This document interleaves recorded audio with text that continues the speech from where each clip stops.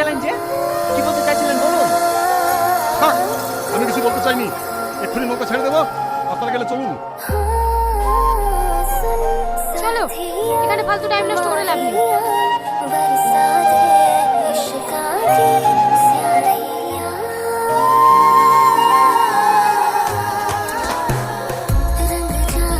মা, ভালো আছো? সালমা, মা,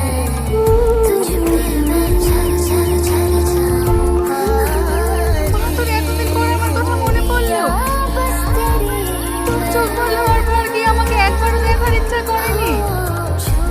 ওর কোনো দোষ নেই মা, ওইখানে আসবে করে আমার খাতা চাপার জন্য আমি আসতে পারিনি। হ্যাঁ মা, ভালো আছে।